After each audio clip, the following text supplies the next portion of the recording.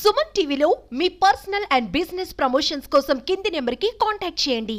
శ్రీశైలం మహాక్షేత్రంలో శ్రీ భ్రమరాంబదేవికి వార్షిక కుంభోత్సవ వేడుక వైభవంగా జరిగింది. ఈ కుంభోత్సవంలో భాగంగా అమ్మవారికి నిమ్మకాయలు, గుమ్మడి, కొబ్బరికాయలు, పసుపు, కుంకుమలతో అలానే అన్నాన్ని కుంభరాశిగా పోసి శ్రీ భ్రమరాంబదేవి అమ్మవారికి సాత్విక బలిగా సమర్పించారు.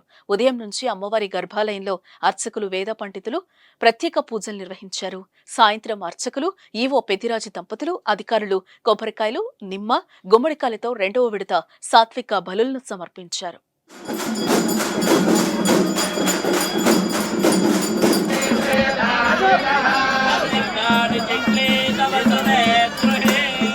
మహామంగళ హారతి తర్వాత అమ్మవారి ఉగ్రరూపం శ్రీ స్వామివారిపై పడకుండా శ్రీ స్వామివారి ఆలయ ద్వారాలు మూసివేశారు. అంతకుముందు శ్రీ మల్లికార్జున స్వామి లింగరూపాన్ని పెరుగన్నం, ఉల్లిపాయలు, జీలకర్ర, సొంటి భక్షాలతో కప్పేశారు.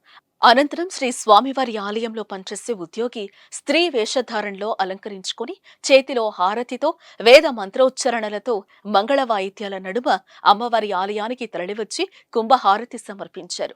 కుంభహారతి అనంతరం శ్రీ భ్రమరాంబదేవి అమ్మవారి దర్శనానికి భక్తులు, స్థానికులు బారులు తీరారు. ఈ కుంభోత్సవంలో ఈవో పెద్దిరాజు దంపతులు, అధికారులు, సిబ్బంది పెద్ద ఎత్తున భక్తులు, స్థానికులు పాల్గొన్నారు.